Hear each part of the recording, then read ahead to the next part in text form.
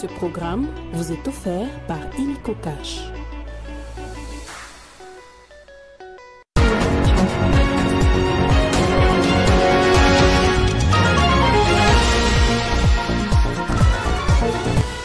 L'humanité rend hommage ce samedi au Saint-Père décédé à l'âge de 88 ans. Les obsèques se tiennent à la basilique Saint-Pierre à Rome en présence des plusieurs chefs d'État du monde, dont le président congolais Félix-Antoine Tshisekedi. Crise Kinshasa-Kigali, les deux parties se sont engagées vendredi à élaborer un projet d'accord de paix d'ici le 2 mai. Cette déclaration de principe a été signée à Washington par les ministres des Affaires étrangères de la RDC et du Rwanda en présence du secrétaire d'État américain Marco Rubio. La rencontre s'annonce déterminante ce soir entre l'FC Barcelone et le Real Madrid en match comptant pour la finale de la Coupe du Roi. Un classico qui trouve les Catalans dans leur meilleure forme alors que les merengues sont appelés à prouver. Nouveau journal sur Télé 50, bienvenue à tous. Décès du pape François, une cinquantaine des chefs d'État, une dizaine des monarques et plus de 160 délégations étrangères ont fait le déplacement à Rome. Félix-Antoine Tshisekedi, lui, est arrivé hier vendredi en Italie pour assister à ses funérailles. Le point sur ces grands événements avec Héritier Ntamboa. La place de Saint-Pierre est pleine à craquer pour les funérailles au cérémonial grandiose du pape François ce samedi au Vatican. Une marée de près de 200 000 fidèles est présente. La cérémonie a commencé peu après 10 heures en présence d'un aéropage des chefs d'État et des têtes couronnées, 6 jours après le décès du souverain pontife. Parmi les chefs d'État qui participent ce samedi à la Sainte Messe figure le président de la République Félix Tshisekedi qui est accompagné de la première dame Denise Nyakiro. Félix Tshisekedi entretenait une relation particulière avec le Saint-Père. Les deux personnalités se sont rencontrées à 2 reprises au Vatican avant que le souverain pontife effectue son voyage missionnaire et historique du 31 janvier au 2 février 2023 à Kinshasa. Plus de 50 chefs d'État et 10 monarques sont présents pour la cérémonie dont Donald Trump, Emmanuel Macron, Volodymyr Zelensky pour ne citer que ceux-là. Après cet hommage religieux, le pape François sera inhumé à la basilique Santa Maria Maggiore, le plus grand monument et la plus ancienne église romaine consacrée à la Vierge Marie. J'ai annoncé au sommaire, crise Kinshasa-Kigali. Les deux parties se sont engagées vendredi à élaborer un projet d'accord de paix d'ici le 2 mai. Cette déclaration de principe a été signée à Washington par les ministres des Affaires étrangères de la République démocratique du Congo et du Rwanda en présence du secrétaire d'État américain Marco Rubio. Le texte engage les deux pays à la reconnaissance mutuelle de leur souveraineté et de leur intégrité territoriale, à prendre en compte les préoccupations sécuritaires, à promouvoir l'intégration économique régionale, à faciliter les retours des personnes déplacées, à soutenir la MONUSCO et à élaborer un accord de paix. Ce compromis a été par la suite salué par la ministre congolaise des Affaires étrangères, Thérèse Kayikwamba-Wadner, tout en appelant à une mise en œuvre fondée sur la responsabilité et des actions concrètes. Dénonçant l'échec d'efforts passés où l'ordre des étapes a été ignoré et la redevabilité repoussée, la chef de la diplomatie congolaise a martelé que dans la région des Grands Lacs, la paix doit venir en premier suivi de la reconstruction de la confiance, puis la réouverture prudente d'un chemin vers une coopération bilatérale significative, uniquement lorsque les conditions seront réunies. Saluant le leadership des États-Unis d'Amérique pour leur soutien constant, cette dernière a exprimé sa profonde gratitude à Marco Rubio et au conseiller principal Massad Boulos, dont les consultations régionales ont, selon elle, apporter de la nuance, de la profondeur et une dimension humaine à ces processus. La ministre des Affaires étrangères de la République démocratique du Congo a également souligné que son pays appréciait les initiatives soutenues par les États-Unis qui promeuvent des chaînes de valeur de minerais sécurisés et une croissance économique inclusive, insistant sur le fait que la paix et la prospérité sont indissociables. Et puis le tribunal militaire garnison de Kinshasa à Gombe a ouvert vendredi le procès contre Célestin Ngoma, Machichi et Aristote Nkunga à la prison militaire d'Ondolo. Ces prévenus sont poursuivis notamment pour complicité avec la rébellion de la FCM 23 et participation à un mouvement insurrectionnel. À la charge de Célestin Ngoma, plusieurs préventions sont retenues dans les faits des trahisons en raison de sa complicité avec les mouvements rebelles de l'AFC M23. Il pèse aussi sur lui les griefs de participation au mouvement insurrectionnel. D'après l'organe de la loi, ces prévenus seraient mobilisés pour préparer l'accueil de la rébellion de l'AFC M23 dans la partie orientale de la République démocratique du Congo. Sur les bancs des accusés, Aristote Nkonga s'est prévenu et poursuivi pour détention illégale d'armes et munitions de guerre. Une remise a été accordée aux deux parties accusées, un examen plus approfondi et une bonne confrontation avec les ministères publics. Poursuivons ce journal pendant ce temps en diplomatie parlementaire. Sachez que l'Assemblée plénière du Forum des parlements des pays membres de la CIRGL a condamné fermement les conflits armés dans la partie est de la RDC et a appelé par la même occasion tous les acteurs à préserver les acquis obtenus dans la recherche d'une voie durable pour ramener la paix. C'est ce qui ressort de la 15e session de l'Assemblée plénière du Forum des parlements des pays membres de la conférence internationale sur la région des Grands Lacs, à laquelle a pris part le président de l'Assemblée nationale, le professeur Vital Kamere. En marge de la 15e session de l'Assemblée plénière du Forum des parlements des pays membres de la conférence qui s'est tenue à Luanda, les pays membres de la CIRGL statuant sur la situation sécuritaire et humanitaire dans l'Est de la République démocratique du Congo ont dans leur résolution condamné fermement le drame humanitaire que vit la population congolaise causé par les conflits armés qui ont entraîné des pertes en vies humaines et occasionné d'immenses souffrances ainsi que des déplacements internes massifs des Congolais et l'augmentation sensible des réfugiés. Les forums des parlements des pays membres de la CIRGL appellent les acteurs opérant dans les conflits armés dans la partie est de la RDC à cesser les hostilités et à se conformer aux différents processus de paix. Le Forum des parlements de la CIRGL note avec optimisme l'engagement politique significatif pris par la RDC et le Rwanda pour remédier à la détérioration de leurs relations bilatérales au moyen d'accords constructifs dans le cadre de la feuille de route de Luanda et du processus de paix de Nairobi signé le 26 novembre 2024. Il encourage la République démocratique du Congo à protéger son intégrité territoriale tout en renforçant l'unité nationale. Les dirigeants de la RDC et du Rwanda sont appelés à profiter du soutien sans faille de l'Angola, pays hôte de cette 15e session, pour organiser une nouvelle série des pourparlers dans les plus brefs délais et de faire preuve d'une bonne foi et de volonté de parvenir à des compromis et à mettre fin aux combats qui ont connu une recrudescence ces derniers temps. C'est aussi l'appel du député national angolais du parti politique UNITA, Raphaël Savimbi, fils de l'ancien rebelle et homme politique angolais Jonas Savimbi, d'heureuse mémoire. Et quelle que soit la situation, quel que soit le conflit, mais il faut toujours trouver un moyen d'entendre, il faut s'asseoir et il faut surtout trouver un moyen d'intégrer les gens, mais surtout éviter le conflit. La 15e session ordinaire de l'Assemblée plénière du Forum des parlements des pays membres de la CIRGL a aussi appelé les pays membres à bannir les discriminations du genre dans la résolution des conflits et d'œuvrer pour un leadership inclusif offrant aux femmes les mêmes opportunités que les hommes, un engagement pris à l'unanimité par tous les pays membres. Et puis lors d'une séance plénière tenue vendredi à l'Assemblée provinciale de Kinshasa a déclaré recevable une proposition des dits portant sur la protection des dits agricoles portée par le député provincial de la circonscription électorale de Massina Mulenda Nyembo Guigui. Ces projets revêtent d'une importance capitale dans le contexte actuel de lutte contre la famine qui menace de plus en plus la population urbaine.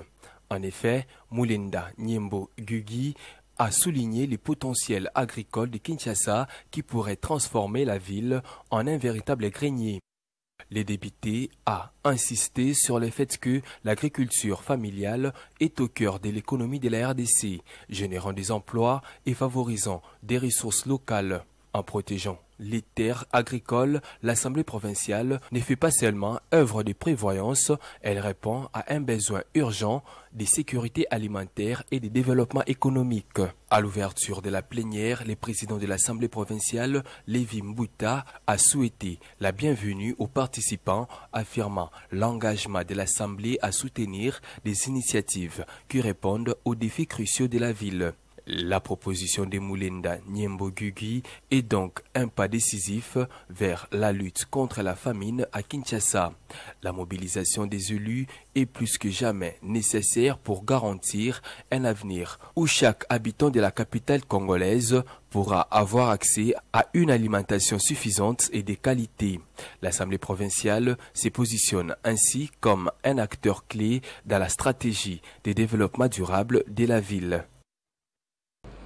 Puis le président de l'Assemblée provinciale de Kinshasa, Lévi Mbouta, a rendu visite à la famille ayant perdu 5 enfants suite à un empoisonnement présumé dans le quartier Kingasani de la commune de Kimbanseke. Il ne s'agissait pas seulement pour lui de se renseigner sur la situation, mais également d'apporter son soutien à cette famille suite à cette tragédie.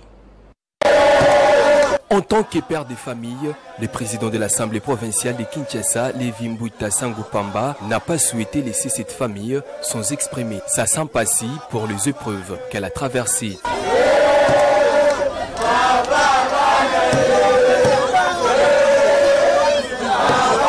Ce n'est pas juste une visite, c'est un rayon d'espoir pour cette famille ayant perdu 5 enfants suite à un empoisonnement dans le quartier Kingasani dans la commune de Kimbanseke à Kinshasa. Bisoto Sololi on a plénière dans l'Assemblée provinciale à Kinshasa. Donc tous les députés provinciaux et à ville à Kinshasa, bazana bino famille. De batindinga na yakokuta na bino na yeba likambo yango esalama yinde nyingi. Alors likambo ekoyi déjà maman nzamba pesa bino makasi kokufela bana mitano na mbala moko eza facilité. Mais na lingi boyeba ke ba député na bino bovota na biso ya Kimbanseke na baninga mususu ya ville province ya Kinshasa bazana bino. Les chefs de représentants élus à Kinshasa n'est pas arrivé les mains vides. Il a offert des dons alimentaires pour égayer cette famille. Une satisfaction et une reconnaissance manifestée par la mère ayant perdu ses enfants empoisonnés qui sollicitent. En même temps, Lévi Mbouta de ne pas la laisser.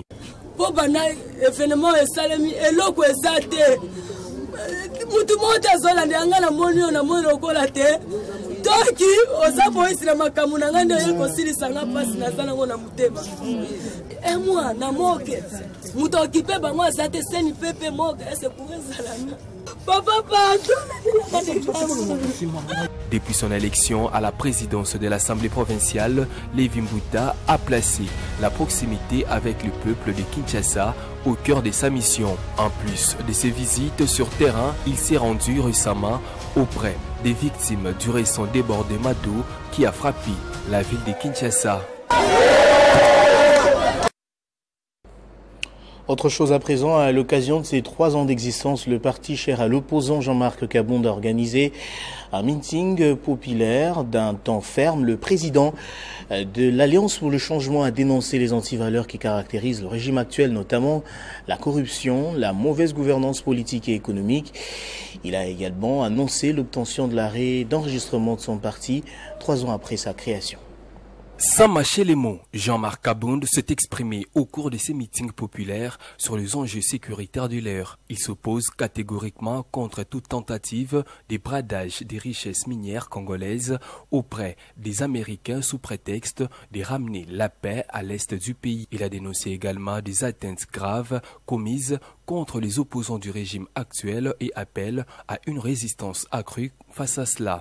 3 ans de souffrance, des menaces, d'intimidation, de répression brutale et de tous les mots dignes d'un régime dictatorial et antidémocratique contre notre parti et ses acteurs. Une occasion pour lui d'annoncer l'obtention de l'arrêt d'enregistrement de son parti 3 ans après sa création. J'ai la joie de vous annoncer que notre parti vient de bénéficier d'un arrêté d'enregistrement. Présent au rendez-vous, Franklin Iboula, président du parti politique Congo doit changer, a annoncé le lancement de la plateforme La Gauche Congolaise en soutien à Jean-Marc Kabound. Nous avons été conviés à cette manifestation qui a également pris le sens de la présentation de la plateforme, la coalition, pour la coalition, pour la gauche congolaise, une plateforme qui est mise en place pour soutenir les idéologies ou plutôt les objectifs du président Jean-Marc Kabound de diriger autrement ce pays.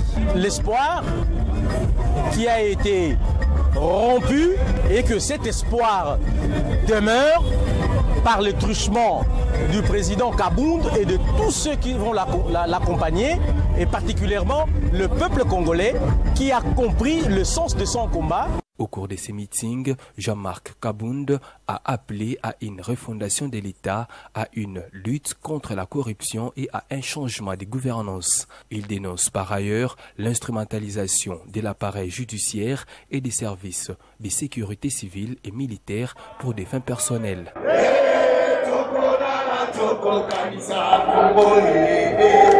Et puis en sport, je l'ai annoncé au sommaire, le Real Madrid et le FC Barcelone vont s'affronter. Et puis un mot de culture avant de boucler ce journal, c'est une grande émission spéciale à suivre ce dimanche sur votre chaîne Télé 50.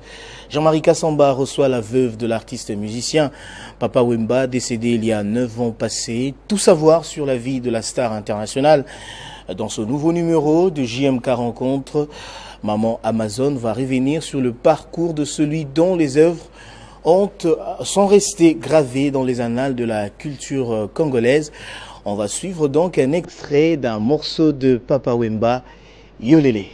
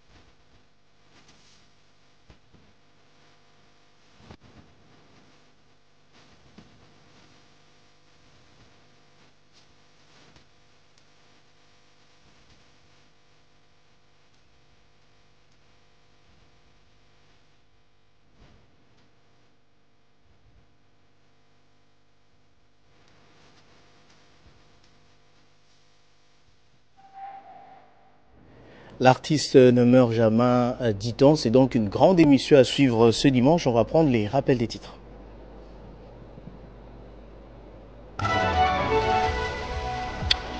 L'humanité rend hommage ce samedi au Saint-Père décédé à l'âge de 88 ans. Les obsèques se tiennent à la basilique Saint-Pierre à Rome en présence de plusieurs chefs d'État du monde, dont le président congolais Félix Antoine Tshisekedi. Crise Kinshasa-Kigali, les deux parties se sont engagées vendredi à élaborer un projet d'accord de paix d'ici le 2 mai. Cette déclaration de principe a été signée à Washington par les ministres des Affaires étrangères de la RDC et du Rwanda en présence du secrétaire d'État américain Marco Rubio. La rencontre s'annonce déterminante ce soir entre l'FC Barcelone et le Real Madrid en match comptant pour la finale de la Coupe du Roi. Un classico qui trouve les Catalans dans leur meilleure forme alors que les Merengues sont appelés à prouver. Voilà qui boucle complètement ce journal, madame, messieurs. Je vous remercie de l'avoir suivi et partout dans le monde grâce à Télé 50.